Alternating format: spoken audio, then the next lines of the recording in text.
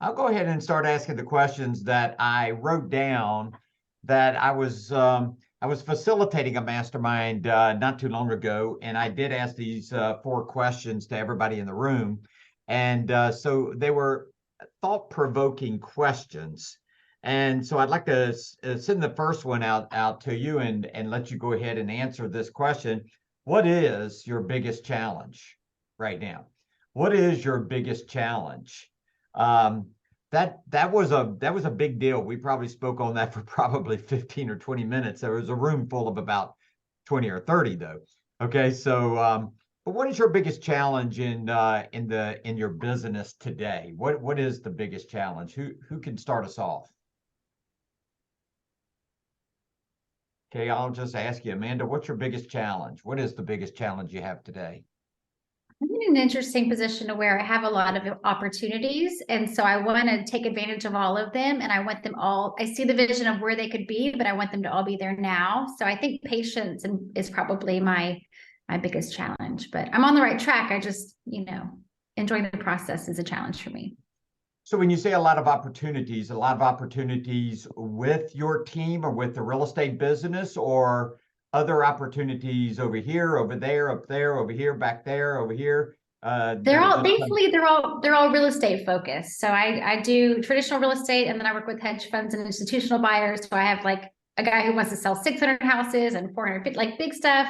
And then I do recruiting and coaching and then my revenue share group. And then we have a team that I just switched to a mega icon team. So all good things, no complaints, but I want them to be where I want them to be yesterday. And it'll probably be in another 2 years. So patience is what I'm working on.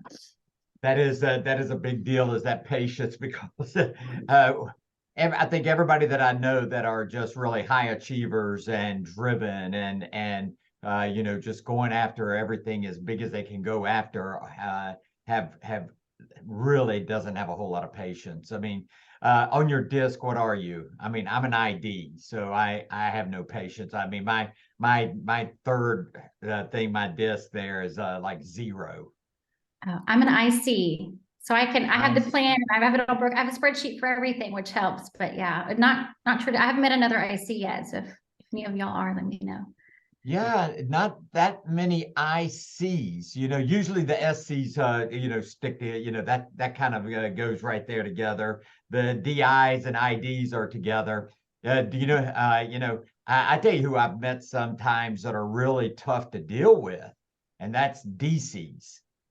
I mean, because Yep. they are very, very analytical, and man, when they are ready to do something, get out of their way, man, because they will bust you and come after everything that they can.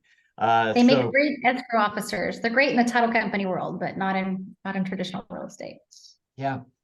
Well, listen, I'm gonna get back with you because my fourth question, interesting enough, so get ready for it. Is are you, and you already answered the first question is going to be answering my fourth question, but I might dig in just a little bit more. Is Are you doing anything else other than just the typical regular real estate? And it looks like that you definitely are. You're doing about 4 or 5 different things. So let's travel up to Sean. Sean, what's your biggest challenge these days?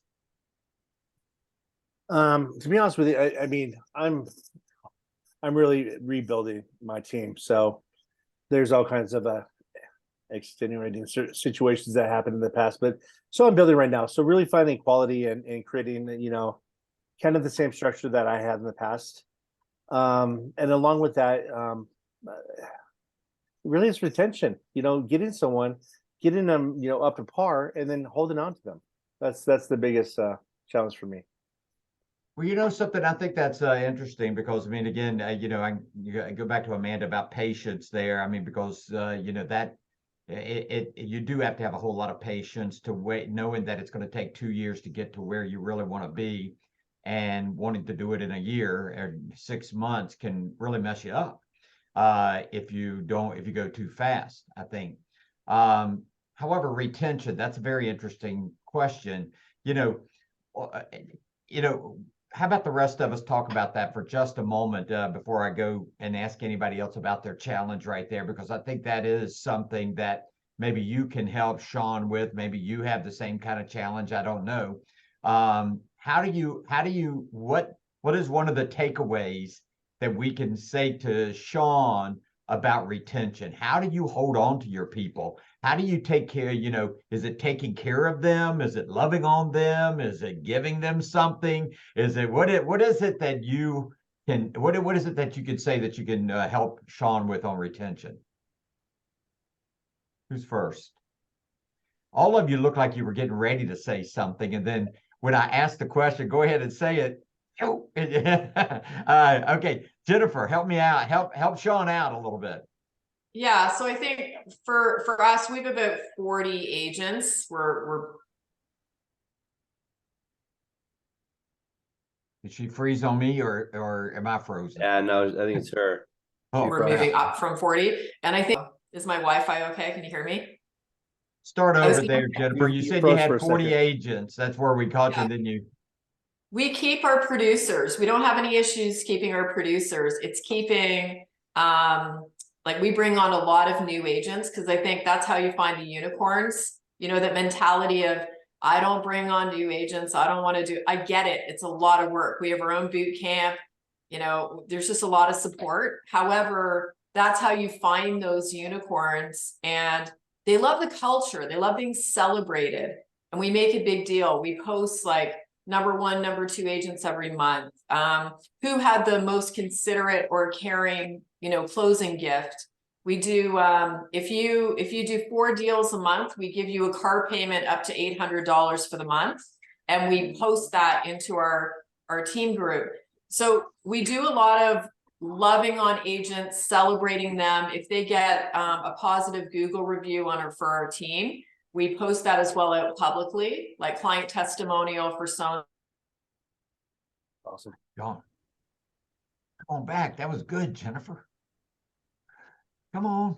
So we do cool music. So their why. I probably cut it again.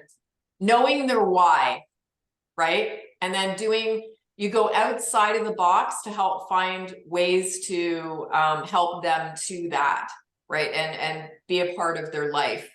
So I also, with our top producers, I have like a lunch or a dinner with them and their partner, whoever their husband, wife is, same sex, whatever. Like to have a lunch or a dinner with them once a month, right? And it just caring. And if they know you care, it's very hard for them to pull away. Good advice. Thank you. Yeah, well, I think that was really, really great to understand that a little bit. I mean, finding basically the quality and the quantity a little bit. With the new agents and that kind of, like you said, a unicorn that comes along, but you got to get over there. And it's not that hard to hire the new agents if you have a value proposition and that kind of stuff. You get it's a lot working with them, right? I mean, it's a lot getting them up to par and finding that unicorn just a little bit there. I love also what you were saying about some of the perks that you give them, right? I mean, you give perks every once in a while. If they do this or if they do that, you get this, you get that. I'm a real believer in that kind of thing. And I'll just chime in on one thing. I was as I was teaching, I think Sean introduced me that I taught Bold for the last 10, 11 years. And did real well, over 150 bolds, So my question to everybody was, because they were closing gifts and things on that line, we were just talking about it, brainstorming that, and it was very interesting how that was so cookie cutter type thing. And we said, some of these people don't want what we want to give them, and we want to give them the same thing because it's so easy to do that. And we talked about this, and this is something I want to say, about retention there, Sean, is in talking to all the people that I talked to in the bowls, I said, do you really know your people? Do you really know them?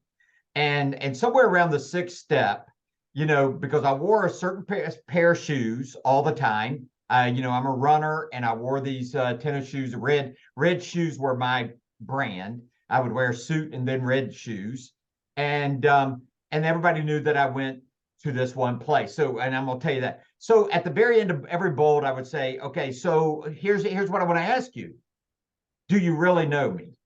Do you really know me that would make me happy and want to give you referrals for the rest of my life? I said, what do you know about me that you could give me, that doesn't cost you a whole lot of money? And I'm going to give you referrals like crazy. And they would say this and they would say that. Well, you're a runner. Okay. Absolutely. Well, I'm going to give you Disney pass. Well, I got Disney passes. I get them every year. Okay. No, that's not good. Well, how about your shoes? Okay. That's fine. Got it. Yes. Send me a pair of shoes. Now, I would say, raise your hand and tell me what shoes you're going to send me. Nike, Adidas, Brooks. I said I would throw all of them in the garbage. You know why? Because you don't know me. I wear Hoka's. If anybody's a runner here, you wear a certain shoe. I wear Hoka. So if you send me, I don't care if you guys have your own team right there, you go buy them a pair of this or a pair of that, you got to know that they wear Hoka's. And buy one pair of Hoka a year, and man, they love you forever. I'm a Starbucks person. I take my grandkids to Starbucks every other morning. Now I got 3 grandkids and they get the big drinks and it costs me $30, $40. If somebody, guess what? If Jennifer just gave me once a quarter, gave me $20 gift card to Starbucks to take care of my grandkids, I'd be with her for the rest of my life. So I think there is something about being a little bit personable and knowing your people, even knowing your clients out there a little bit more, your allied people, the people that are going to give you a lot of referrals for the year, is instead of giving them just Cutco knives, unless they really love Cutco knives, you give them something that they really want. So, hey, Jennifer, let me ask you this. I mean, what's your biggest challenge? What's your biggest challenge? I was thinking about that. I don't have a biggest challenge. Like I find because I have so much coming at me all the time. It's like, what's the solution? Solve it. Yeah, that internet service too, huh? Yeah. That's a big challenge. Next. So I think if my Wi-Fi, it's terrible. I should just stop talking. But there's your challenge, Jennifer, is that Wi-Fi. My challenge is Wi-Fi. Exactly. Right now, apparently it is. I have a question. Yeah, please. So I know Amanda's with the XP, Jennifer's with the XP. Is Sean and Cal, you guys with the XP? So I met Rob. I think you were our bold coach a couple years in Denver, and Yeah. and then I always had like sidebars with Sean Kukoska, either at Mega Camp or at Family Reunion back in the day when I was with KW. But to answer your question, I'm with Coldwell Banker Realty right now. Oh well, and Cal, how about you? I'm with Keller Williams. Okay, I was with Keller Williams for 16 and a half years. So I'd like to hear what Amanda and EXP. My team or my mindset around having a team has completely shifted after coming to EXP. I'm all about promoting people off the team. How do you guys feel about that? Because Keller Williams, obviously, they teach you how to keep everybody, have a vision big enough that everybody wants to stay with you. Is that still your mindset? I mean, or is yours shifted as well? Because obviously having a team takes a lot of effort. There's expense to it. And, your time is invested. But when they get to the point where they're ready to go off on their own, are you promoting that? Mine don't go off. Like that's the whole thing. Mine don't go off. I think because I keep them really well fed. Yeah. So I think, and they have the culture, they have that, like that glue, that sticky glue. You do things in person. I don't look at it like a moving off. I look at it as EXP is so great because you can move into a mega icon, which we're debating. And then you end up in a situation where you can just keep adding more people and alter your structure. Like we have 2 structures now. We have a traditional team model, and then I have another model for agents who want to be independent, but want to be part of the team and use the services. So that's one percentage, right? So I've almost got 2, and I'm sure Amanda, you have similar things going on, but it's so interesting what you can do. I was with Keller and there wasn't Blame it on Canada. Oh, Canada. restriction. I do feel like there's going Sorry, I'm gonna just stay quiet. I started to sing. Hey, I was singing your national anthem for you while you were freezing right there. So So my question is tell me what those two structures look like. If they're on the team, what's the percentage? If somebody, and then, because of my vision, I'm a small team. I got 3 of us right now, but I want to provide leads and the back office support. So all the agents have to do is close deals. And so that's how I'm building at this point. I'll never stand in the way of somebody going on their own. I'll celebrate that with them. My experience has been the amount of people that are entrepreneurial versus employee mindset there's probably 90% of agents have an employee mindset, 10% are entrepreneurial. So I'm looking for the 90% who have an employee mindset. But my question is, somebody who wants to be an individual agent, just use our services, no leads, what's your percentage look like? Amanda, you want to tackle that one? Yes, it really depends. There's so many, like Jennifer was saying, there's so many different models. That's what I love. Like I can interview so many teams and they're so different. So I have 3, believe it or not. So I have like the newbies who are kind of needy and who need a lot of hand holding and they love leads. What's funny is they don't even have the scripts and follow up to close those leads, but they feel like leads is the answer. So those should be probably 50-50, right? And then I have these hot shots that are like, hey, I just need it. I've sold 5 or 10 houses. I want to get to 40 or 50. I don't know what I don't know. They'll come on a 70-30 for like 6 deals. And then I'll move them to 75-25 because they don't really need a whole lot. They just want to play with your brand. I have people in other cities and states that are saying, can I use your logos and your marketing and your presentations? I'll pay you 10% and never call you.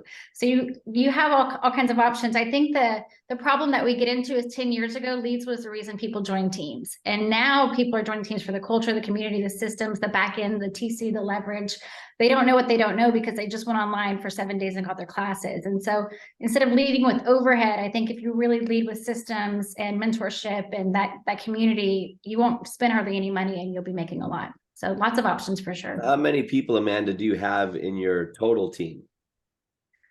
So my rev share group or my production team? Yeah, so I'm using the terminology modern team versus traditional team. So I'm talking about traditional team. How many people in that? So we only had 8 for a long time. We averaged, almost 100 deals per agent. We were small but mighty and very leveraged off. But we just took what Jennifer was talking about. We just took the jump last week and now we're a mega icon team. And so we added 4 people this week and my vision is 200. I think I can do 200 in the next year or so. And then I'm going to be done for a minute. These people are obviously, these people are obviously in your group. So for Cal and Sean, we have the group, which is kind of like a virtual brokerage, right, under us. That's our group, or what I'm calling modern team, which there's no real team affiliation, but I can give leads to them as a sales partner, as a referral partner, and maybe even pay for some marketing to help them to build that relationship, but they join as an independent agent.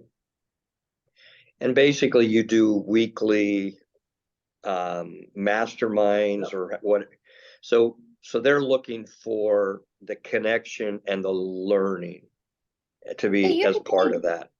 Bless their hearts. Most people got in real estate because they failed at whatever they were doing before and they didn't want to have a boss, right? They don't naturally have structure and accountability. So the fact that they get to go play with their friends that are relatable and they have someone going, FOMO, right? Like I'm going to do my job so I don't look like crap on the Monday morning. So accountability Mondays, some kind of Tuesday production training, script practice, what to say at a listing appointment, and then some kind of mentor there to answer the random Saturday morning kind of questions, and they're happy. But they don't treat, you're naturally driven and motivated to treat it like a business, and they're not. So you have to kind of teach them that.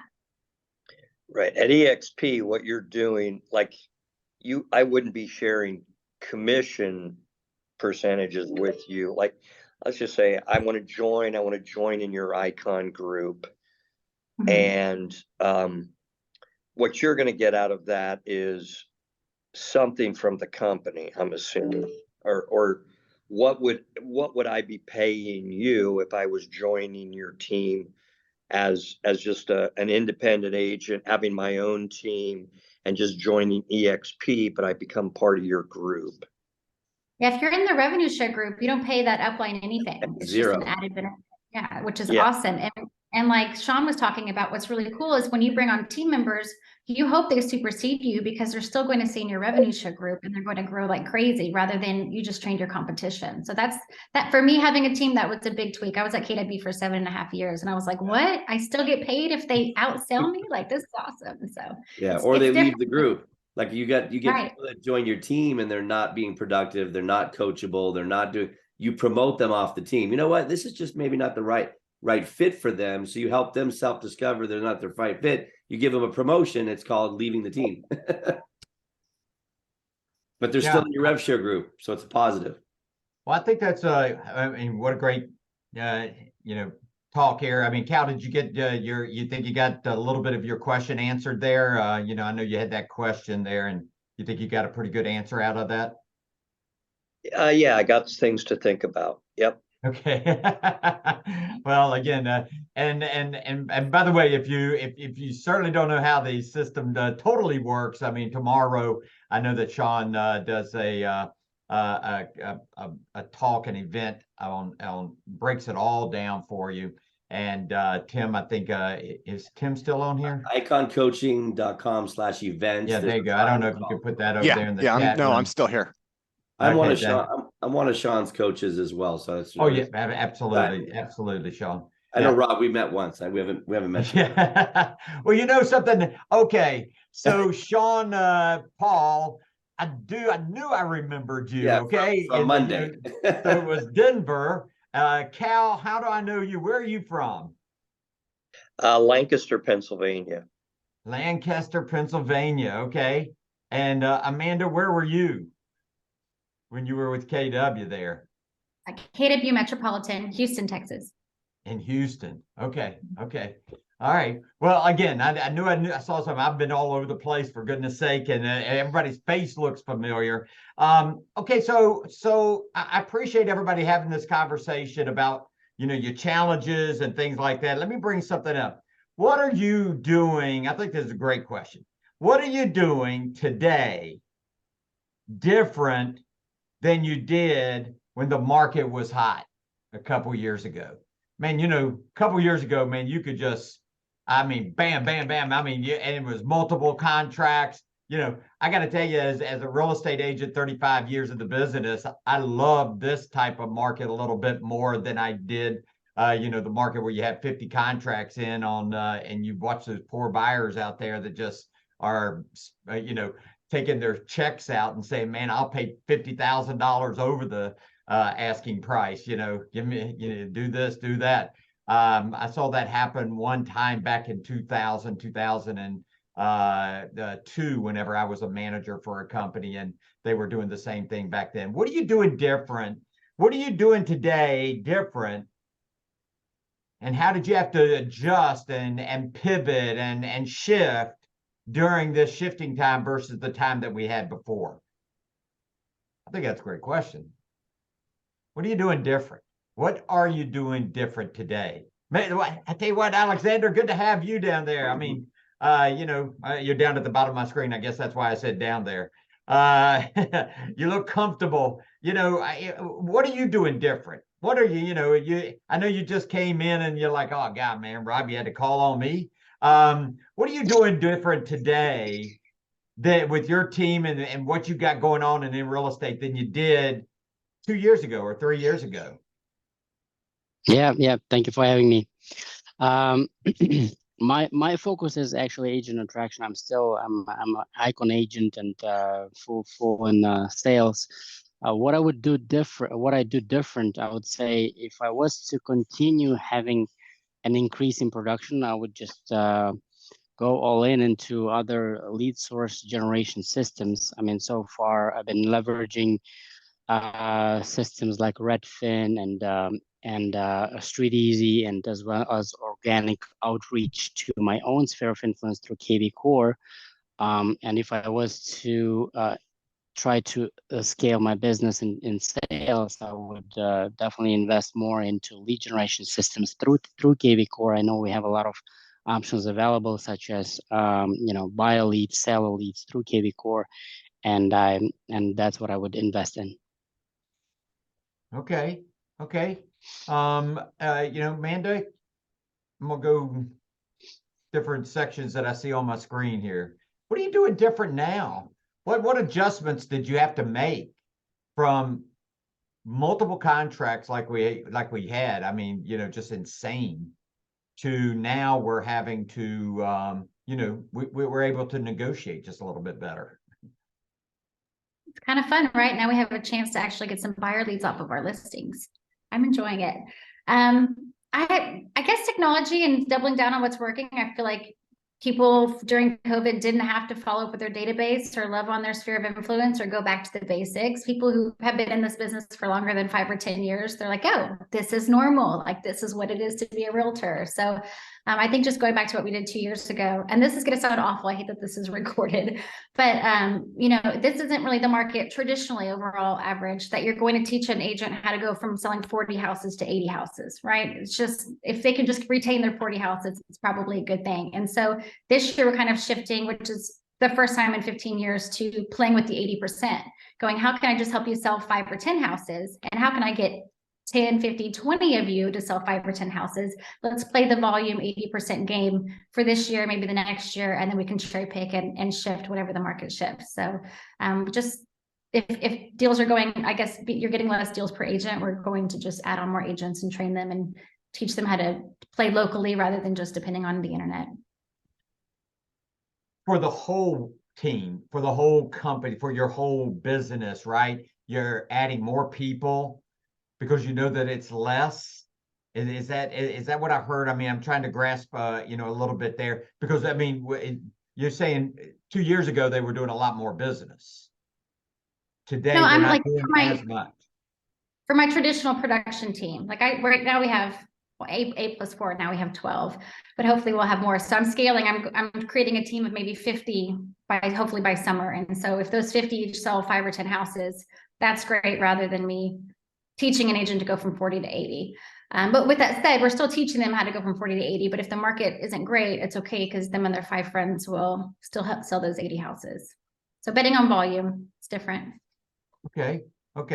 Cal, what are you doing different these days? I mean, what's the difference today with your team and what you're doing in the business than it was just a year or 2 ago, whenever things were just, like I said, insane?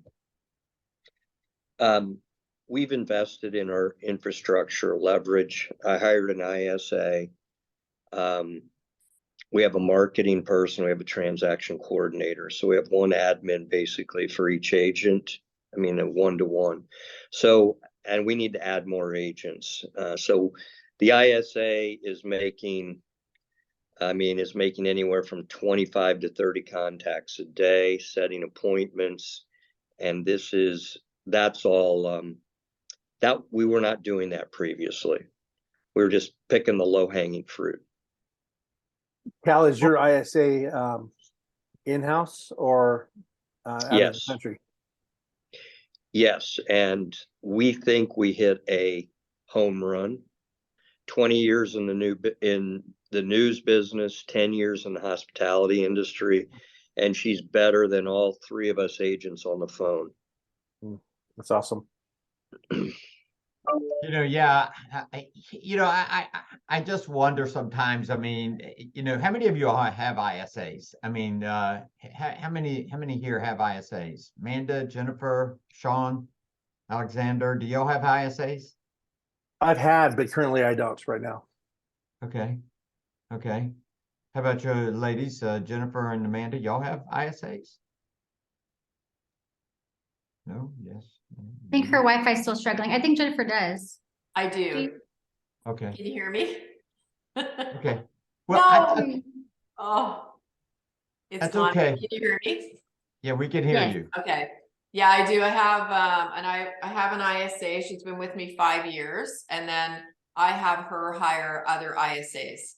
So we have 2 other ladies styling right now, but we also have shifts that we put the agents into to dial. And then we run a live dial Monday to Friday, 9:30 with a senior agent who dials with the team. Like anyone who wants to get on there, we give them dialing like actual call lists and they dial together. So yeah, it's fun. So is it a dialer, Jennifer? Is it like RedX or Mojo that you're having your team call on? So the ISA uses Mojo. But for the agents, they'll dial through Internet again, I guess. Right when I we use, get the answer. just calling lists using their phone. Yeah. Oh, you're talking just calling the personal sphere. I give my team access to Mojo, so I load it with expired data, FSBO data. I even use the neighborhood search tool so they can do circle prospecting around just listeds, and I encourage them to use the dialer. I basically have them. I have 2 dialer accounts right now because of the number of people that are using it, but sometimes I'll drop down accounts to save money, just because if they're not using it, I don't need 2 accounts. And with what's cool about Mojo is you can go down to no accounts for $10 a month, and it just sits there and keeps your data. So you don't, and you can keep, and I'm paying, obviously, I can also add FSBO and expired data all over the country. So it doesn't matter where my team members are located, I can give them that tool, and I pay the $175 a month for per each account. For Mojo. For Mojo. So I basically tell them as a member benefit of being on the team, they get access to expired data, FSBO data, neighborhood search tools, so they can circle prospect in whatever area they are in. And Wow. then the way I manage the dialer is I have them schedule it into their Google Calendar, add me to, or they actually are adding my VA to it. And so when they add me to that event, if there's no conflict, I say yes, and then they have access for that 2-hour block to the dialer. Oh, so you move around 2 accounts between multiple people on your team. Right. Yeah. And Gotcha. and just because the only reason you really need, Mojo probably wouldn't like that I'm doing that, but but if I know when somebody used it, let's say they used it at 2 to 4 o'clock today, I can go into the detailed call reports and the call recordings for that block of time, and I know exactly who I'm going to find use the dialer. Cool.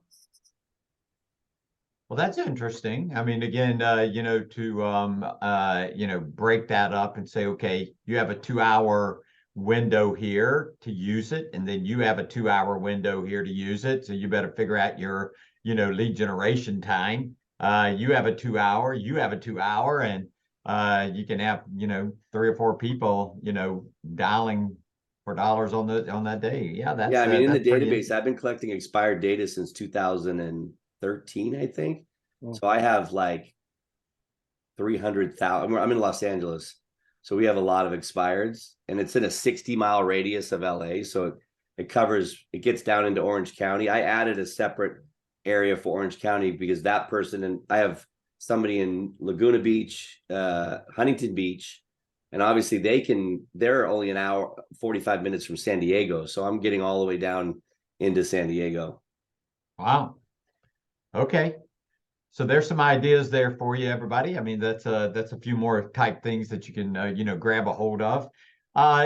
So again, I appreciate it. I'm going to go to that fourth. I'll come back to the third question in a minute because Amanda kind of struck it just a little bit right out of the gate whenever I asked her what is her biggest challenge, and and are you doing anything other than real estate? Do you have other things in your under your umbrella, right?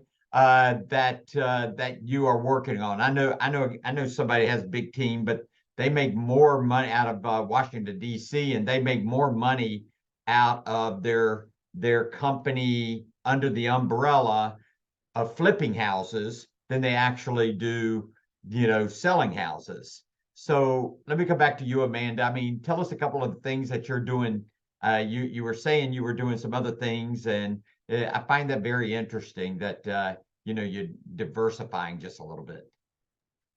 It's hard not to when you see so many opportunities in real estate. You're like, oh, you see someone do something cool and you're like, oh, I want to do that. So yeah, I have the revenue share, and then I have my traditional team. I have expansion teams that are just like, hey, can I borrow your branding and your logos and your accolades, and you teach me how to be a team leader. So we kind of almost have like leadership training with that. And then I do coaching, different kind of coaching than what y'all do, which y'all stuff is, Sean is amazing, like unbelievable. He was my coach for years. And then I also have my loan officer's license, but I don't touch any of the loans. I swear, you don't want me handling anybody's loans. But I get half a point back for that. And then I'm right now in the next 2 weeks, I'm interviewing 4 title companies. I mean, if you're doing that much volume, it doesn't make sense to not get paid on everything you touch. So Amanda, are you doing relo? Is relo the half a point back on the is it real estate agent loan originator that you're doing that through relo funding? no, it's I don't have. I love the idea of that because obviously we love naturally I love being a recruiter, but yeah, I the company that I'm with, it's out of a different state and different thing, and there's not a recruiting play to it. And for me, I like to try to stay focused on one bubble, so I just take them all and refer them. Yeah, because I've taken that step too, and I'm building a mortgage team the same way I'm building a real estate team, using relo. So they're using relo to go out and recruit other agents. It's got a 7-level structure, just like EXP. It's completely separate and apart from EXP. So if you're talking to somebody that's with Compass and they don't want to come to EXP, you can recruit them into your relo downline, and they don't have to be the loan officer. They get a half a point on the front end for just originating the loan application. They do have to get their mortgage license.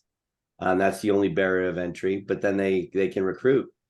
And then you build a team, and you build mortgage loan officers on that team that are going to use the tool to go out and recruit other agents. And so it's great. I'm actually in the process of opening a mortgage branch in Atlanta, San Jose, and Los Angeles currently. Very fun. Wow. Why not? Why not? Same There's concept. there's some more opportunities, right? I mean, hey, Amanda, are you partnering with someone with your title companies or title company, or are you looking at branching and having basically your own title company? So to be honest, like my sister-in-law runs a Fidelity, but they have so much overhead that I don't think they can offer me what other companies can. And I don't know what I don't know. Like I'm so new to that. I know the title process, but I'm so new to how that world actually works. So apparently you have a joint venture option, you have a P53 option in Texas.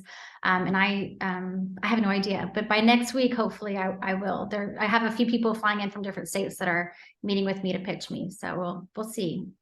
Do any of y'all have title companies and know what to watch out for, or what's normal? I know Sean did that. I believe Sean owned a title company. He owned a mortgage company. He had 6 streams of income off of one transaction, which was him built. He owned the home building company that was building the house as well. Awesome. Yeah. Yeah, he did have a lot of different streams. Jennifer, if we can hear you there, and do you have other things other than just real estate? Other kind of things that under your umbrella that you're doing? So up here, we don't have title companies, so we don't do that. And we have amazing mortgage brokers we work with, so it's not something at this point I'm interested in. But we invest in storage units in the US. Cash cow. Those are cash cows. Yeah, very much so. And we actually buy, renovate, flip properties. We own investment properties ourselves.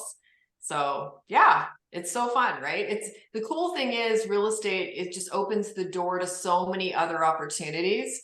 And because you look really good on paper, generally, for a lender. Uh-oh, did I disappear again? No, you're there. Financially, we look good on paper, so it makes it easy to invest and get into.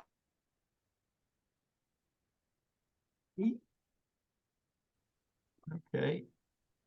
Well, what about you? Other opportunities, and just you get to meet is really narrowing it down in terms of what we'll do going forward, just because there are so many opportunities. Thank you. And this is great. Alexander or Cal or Sean Paul, do you guys have anything else other than real estate under your umbrella that you're working on? I have 5 streams of income. profit share, title. I have a property management company and own investment properties. And then real estate. Wow. Okay. How many Sales. investment properties do you have? I think I have 17 units, Okay. but I'm at an age I'm not looking to add more. I'm at 17 and I'm debt free on those. So I'm very happy with that. That's basically my retirement. That's Good awesome. for you. Good for you. Alexander, I mean, do you have anything else under your umbrella there that you're doing? Yes, I'm doing stocks investments and a little bit of crypto and a revenue share. Oh, wow. Wow, wow, wow, wow. That's again, I still have not grasped. I'm sorry. I'm just not there with the crypto thing. I just can't figure it out yet. But however, it is the future. There's no doubt about it. Uh, you know, have you guys been watching the news lately? All the stuff about AI, the bots, I just find that very interesting also what that's going to look like. Sean, you do anything else, Sean Paul, other than real estate right this minute? So also, before I even got into real estate and created a team, I started investing in real estate, so rental properties. And then my wife, she owns a auto mechanic shop, so she's essentially my age, but she's retired. Family runs that.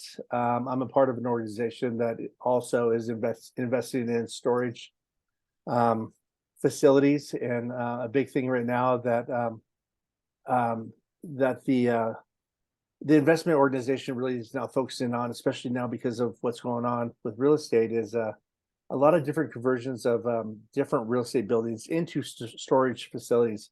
Even buildings are now starting to turn into storage facilities because they're existing. And so I'm part of that group. And also, I play with stocks and bonds, and also I'm diving into crypto over the last, I don't know, probably 4 years. So wasn't smart enough to get into Bitcoin back in the day, but it's just it's more of a sidebar, kind of a hobby right now. Oh, wow. Okay. Well, let me ask you one last thing here. We'll spend about 5 or 10 minutes on this and then we'll be done. I mean, let me ask you this. Your database, one of the things that I have realized as I go out and have done bold over the years is that everybody has a database. There's no doubt about it. I wonder sometimes, I really do wonder sometimes I heard somebody say, and pretty strong in the business, he said that the real estate industry was one of the last industries that does not understand the information age. That sometimes we're just looking for one buyer and we're looking for this one seller, one buyer, one seller, and there's 1,000 people behind us that are walking by us and we don't have their information.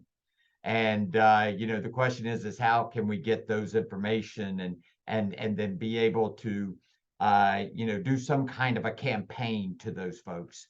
So my point is this: I mean, in your database, the people that you have, especially your allied people, your 20%, the people that are going to give you referrals and going to give you business and those type of things.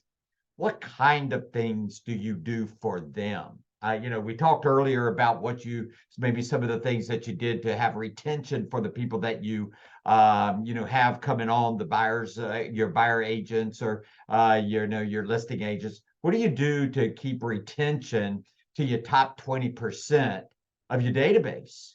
So who wants to start that one out? Now, I'm going to call on you if you don't start, so you might as well come off mute and do it.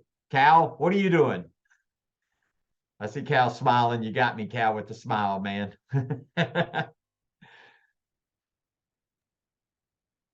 My mind wandered a little bit. What am I doing on specifically Yeah. How do Sean Paul brought up retaining the people that he has, as a buyer's agent or something like that. How do you retain your people that are in your database, your top 20%? What do you do with those folks, like on a weekly or monthly, or what do you do with those folks that they're still there with you and they give you referrals? So we're pretty much on a 30 to 36 touch program, and actually a little bit more than that because we're usually doing at least 2 client events um, every year. And so that's on top of, so we do communications around that. But on a typical, just how we're going to do that, we're going to be doing texts, emails, phone calls. And so we're pretty much on a 36 touch. Yeah, yeah. I really get that. Amanda, what do you do? I mean, what kind of things do you do that keeps you connected? We build out a lot of programs. So, of course, I always thank them in advance. Like, oh, my goal is to make you a raving fan. So you're so excited to send me referrals. So you're almost like pre-plugging that in before it happens. And thank you so much for closing for the referrals. And then as soon as they send me one that day, I'm mailing something to their house. So that week, it's like instant gratification, which feels good. And then to get business and even keep businesses, we teach all kinds of classes. So first time home buyer classes, first time investor classes, the selling process, any kind of downsizing classes, bad credit. I mean, anything fun you can think of. And half of those people, they're all followed by a happy hour, by the way. But most of those people are like, they might come, they might not come, but they'll invite their friends. And so just being invited and going, hey, I've got this cool thing going on. And they're going, oh, she's relevant. She's educating people. She knows enough to be teaching people. She's connected me to so-and-so. And so all of them, I'll reach out and just go, hey, I want to be a resource to you. If you ever need an electrician, a yard guy, someone help you fight your, appraisal value district values, let me know. I do this full time and I know everybody. And so just knowing that they can ask for random stuff or teach classes, it's been really good. What do you do, Sean Paul? So really similar to Amanda, just love on them, instant gratification, a phone call, just really expressing, how much you, appreciate the referral. Whether it's me or my team members, I mean, definitely, letting people know that, from the heart, that you appreciate what they're doing for your team, and, for, my upper tier referral. I mean, I do, one-on-one, not one-on-one, but, like couple dinners, and it's really their choice. I'm like, yeah, you pick wherever you want to go in Denver, and you let us know, what day and time, and, the 4 of us. So it's my fiance, myself, and, usually, another couple. So having that intimate and just growing that relationship, to where it's basically even just like a strong friendship, and again, constantly growing that. So, for us, we like to get out, and all the more reason to get out and put it on the company dollar, and again, grow from within. That's great. I mean, Jennifer, what you got? I mean, what do you do to retain those people in your database and, your top 20% at least? We do the like birthday cards that are mailed out, handwritten birthday cards with gift certificates in that we know are something they'll enjoy. We do client events, we send lottery tickets. So lots of contact, lots of communication, and yeah, just loving on them. Love. All of them. Love. Yeah, Love, not just love, the love. top 20, all of them, all of them. All of them. Woo. Yeah, anyone we do a deal with goes into that database and we're touching them on a regular basis. Okay, Alexander, your turn. You're it. I mean, how much love are you giving those folks, man? Are you loving them like Jennifer does? Rob, love is the answer. So yes, absolutely. I mean, I can just add to what everyone else just said. It's all about communication, leveraging KV Core for text messages and emails, client appreciation events. That's something that I need to expand further and more often for sure. Personal meetings, personal instant gratification also for people who are actively sending business, and yeah, staying in touch. Well, that's awesome. So listen, again, I think that's going to be our time for the day, but I do want to say a couple of things here. I hope that, first of all, I hope I did a pretty good job for you. I hope you got some ideas and thoughts, and, let Sean know if I did a pretty good job. And then second, I don't know how big your organization is. I'm kind of new to with Sean, well, not new with Sean himself, but new with Icon Coaching and EXP and all the things that you guys are doing. And I know that some of you are not with EXP. And so my whole point is this, is that I don't know how big your organization is. I certainly would love to have the opportunity to help you get production with your agents, and through the accelerated breakthrough class that we're going to be having on May the 2nd. And I think that Sean gave a code that you go from 495 to 497 to 397, 16 weeks, fired up. I used to do this in bold, and the weeks that we had, the 7 weeks, and we averaged somewhere between 18 to 20 transactions per agent, even in that 7 week period. New pieces of business, by the way, new pieces of business. So I would love to have that opportunity with your organization, with your folks, your new agents, your mid agents, the people, and just get them to move in the right direction. Then we have Sean down here. He put over there in the chat that he's one of the coaches for Icon. And if you have if you'd like to have a one-on-one with him, he would love to do that. And just be part of your life also. Seven-time bold graduate. 7-time bold graduate. There you go. 7-time bold graduate. Anyway, I would love to have that opportunity. Tim, can you tell them where their organization can sign up or be part of the, I'm not exactly for sure. Yeah, I'm sorry. Sign up for what specifically? Sorry. Accelerated breakthrough. Accelerated breakthrough. May Oh 2nd. yeah. Sorry, no problem at all. Yeah, on our website. So you go to iconcoaching.com and it's in the programs tab, and you can go right there. And are any of you guys with Libertas? Me, okay, but no. Yeah. Okay. So yeah, I would say go Icon Coaching. It's in the programs tab and Accelerated Breakthrough. And we're doing a live class. Actually, Rob is going to start teaching. That's really exciting. May 2nd. May 2nd, May 2nd. And, again, if you're not with EXP, you can still be there and be part of this. Okay.